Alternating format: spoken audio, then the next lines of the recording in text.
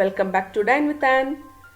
പണ്ട് കാലത്ത് ബേക്കറിയിലൊക്കെ സുലഭമായിട്ട് കിട്ടിയിരുന്ന മുട്ട ബിസ്ക്കറ്റ് അഥവാ കോയിൻ ബിസ്ക്കറ്റ് ആണ് ഇന്ന് ഉണ്ടാക്കാൻ പോകുന്നത്. 1/4 കപ്പ് മൈദ ഒരു ബൗളിലേക്ക് ഞാൻ ചേർത്ത് കൊടുക്കുന്നുണ്ട്. അതിലേക്ക് 1/2 ടീസ്പൂൺ ബേക്കിംഗ് പൗഡർ കൂടി ചേർത്ത് കൊടുക്കുന്നുണ്ട്. ഒരു നുള്ളു ഉപ്പ് ചേർത്ത് കൊടുക്കാം. ഒരു നുള്ളു മഞ്ഞൾപ്പൊടി കൂടി ചേർത്ത് കൊടുക്കുന്നുണ്ട്. മഞ്ഞൾപ്പൊടിക്ക് പകരം ഫുഡ് കളർ വേണമെങ്കിലും ചേർത്ത് കൊടുക്കാം. ഇനി കളറൊന്നും ചേർത്തില്ല എന്നുണ്ടെങ്കിലും കുഴപ്പമൊന്നുമില്ല.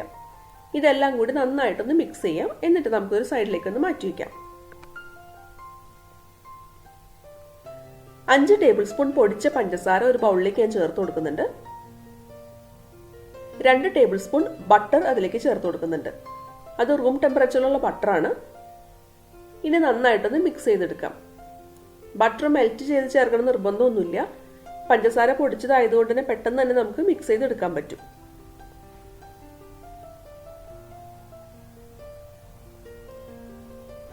പഞ്ചസാരയും ബട്ടറൊക്കെ നന്നായിട്ട് മിക്സ് ആയി വന്നിട്ടുണ്ട്. ഇനി അതിലേക്ക് നമുക്ക് 2 മുട്ട ചേർത്ത് കൊടുക്കാം. മുട്ട അതുപോലെ ബട്ടറൊക്കെ റൂം ടെമ്പറേച്ചറിൽ ഉള്ളതായിരിക്കും, പ്രത്യേകം ശ്രദ്ധിക്കണം. ഒരിക്കലും നമ്മൾ ഫ്രിഡ്ജിൽ നിന്ന് എടുത്ത് ഡയറക്റ്റ് ആയിട്ട് ചേർത്ത് കൊടുക്കരുത്.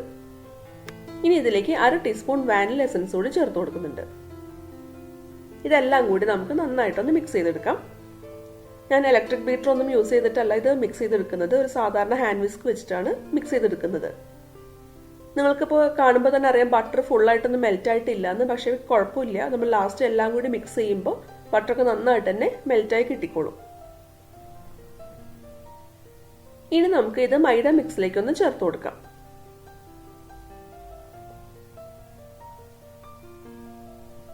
ഇനി ഇതെല്ലാം കൂടി നമുക്ക് വീണ്ടും മിക്സ് ചെയ്ത് യോജിപ്പിക്കണം. ഹാൻഡ് വിസ്ക് വെച്ചിട്ട് തന്നെയാണ് ഞാൻ മിക്സ് ചെയ്തെടുക്കുന്നത്. ഈ മൈദ ഒന്നും കട്ടയില്ലാതെ തന്നെ നന്നായിട്ടൊന്ന് മിക്സ് ചെയ്തെടുക്കണം. പഞ്ചസാര പൊടിച്ചതിലും എന്തെങ്കിലും കട്ടയൊക്കെ ഉണ്ടെന്നുണ്ടെങ്കിൽ അതുകൂടി നമുക്കൊന്ന് ഉടച്ച് നല്ല സ്മൂത്ത് ആയിട്ടുള്ളൊരു ബാറ്ററാണ് നമുക്ക് ഉണ്ടാക്കേണ്ടത്. ഇപ്പം നമ്മുടെ ബാറ്റർ ഇവിടെ റെഡി ആയിട്ടുണ്ട്. നിങ്ങൾക്ക് കാണുമ്പോഴേ അറിയാം നല്ല തിക്കായിട്ടുള്ള സ്മൂത്ത് ആയിട്ടുള്ളൊരു ബാറ്ററാണിത്.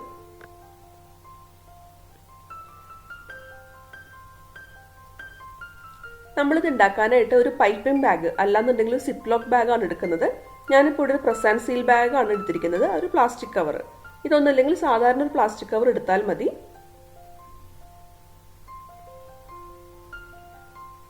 നമ്മളൊരു ഗ്ലാസ്സിലേക്ക് ഈ കവർ ഒന്ന് ഇറക്കി വെച്ച് കൊടുക്കുകയാണ്. അതിൻ്റെ ഒരു ടിപ്പ് അതിലേക്ക് ഇറങ്ങി വരുന്ന രീതിയിൽ നമുക്ക് അതിലേക്ക് വെച്ച് കൊടുക്കാം.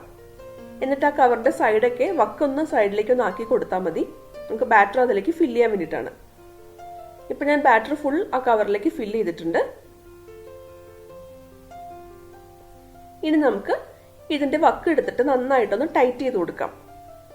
നമുക്ക് പൈപ്പ് ചെയ്യാൻ സൗകര്യത്തിന് വേണ്ടിയിട്ട് ബാറ്റർ ഫുള്ള് താഴേക്കൊന്ന് ഇറങ്ങി വരണം. അപ്പൊ അതിന് വേണ്ടിയാണ് നമ്മളിങ്ങനെ ടൈറ്റ് ചെയ്ത് കൊടുക്കുന്നത്. നമ്മളിവിടെ ഉണ്ടാക്കുന്നത് ഒരു നോൺ സ്റ്റിക് പാനിലാണ്. സാധാരണ ഒരു നോൺ സ്റ്റിക് പാൻ എടുത്തിട്ടുണ്ട്. അതിന്റെ മീതെ ഞാനൊരു ബട്ടർ പേപ്പർ വിരിച്ചു കൊടുത്തിട്ടുണ്ട്.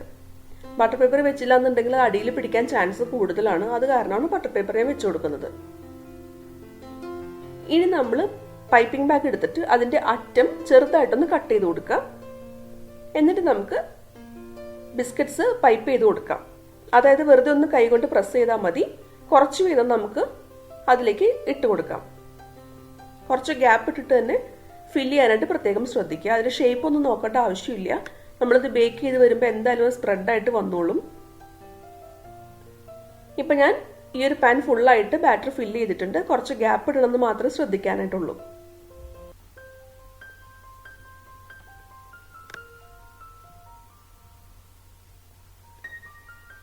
ഇനി നമുക്കിത് 2-3 പ്രാവശ്യം ഒന്ന് തട്ടിക്കൊടുക്കാം. അതിലെന്തെങ്കിലും എയർ ബബിൾസ് ഒക്കെ ഉണ്ടെങ്കിൽ അതൊന്ന് പോകാൻ വേണ്ടിയിട്ടാണ്.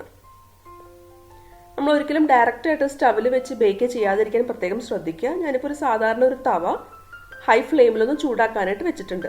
നമ്മൾ അവൻ പ്രീഹീറ്റ് ചെയ്യുന്ന സെയിം പ്രോസസ്സ്. അത് ചൂടായി കഴിയുമ്പോൾ ബാറ്റർ ഒഴിച്ച് വെച്ചിട്ടുള്ള പാൻ അതിൻ്റെ മീതെ വെച്ച് കൊടുക്കാം.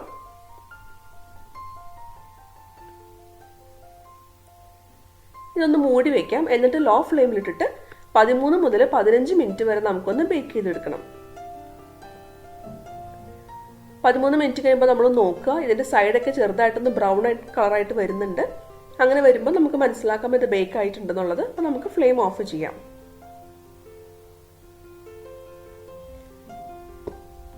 ഇപ്പോൾ നോക്കുകയാണെന്നുണ്ടെങ്കിൽ ബിസ്ക്കറ്റ് നല്ല സോഫ്റ്റ് ആയിരിക്കും, പക്ഷെ ചൂടാറി കഴിഞ്ഞപ്പോൾ നല്ല ഹാർഡായിട്ട് വരും. ബിസ്ക്കറ്റിന്റെ അടിയിലേക്ക് ലൈറ്റ് ബ്രൗൺ കളർ ആയിട്ടുണ്ട്. ഇതാണ് ഇതിന്റെ ഒരു കറക്റ്റ് പാകം എന്ന് പറയുന്നത്. ഇത് ചൂടാറി കഴിഞ്ഞാൽ ബട്ടർ പേപ്പറിൽ നമുക്ക് ഈസി ആയിട്ട് ഇതുപോലെ ഒന്ന് ഇളക്കിയെടുക്കാൻ പറ്റും.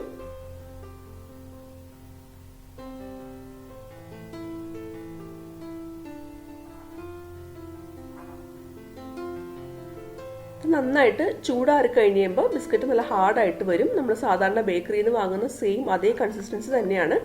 ഇനി നമുക്കിതൊരു എയർടൈറ്റ് കണ്ടെയ്നറിൽ സ്റ്റോർ ചെയ്ത് വെക്കാം. അപ്പം എല്ലാവരും ട്രൈ ചെയ്ത് നോക്കണം. നമ്മുടെ പഴയകാലത്തെ ഓർമ്മകളൊക്കെ അയവിറക്കാൻ പറ്റിയ ഒരു അടിപൊളി ഡിഷാണ്. എല്ലാവർക്കും ഇഷ്ടപ്പെടും.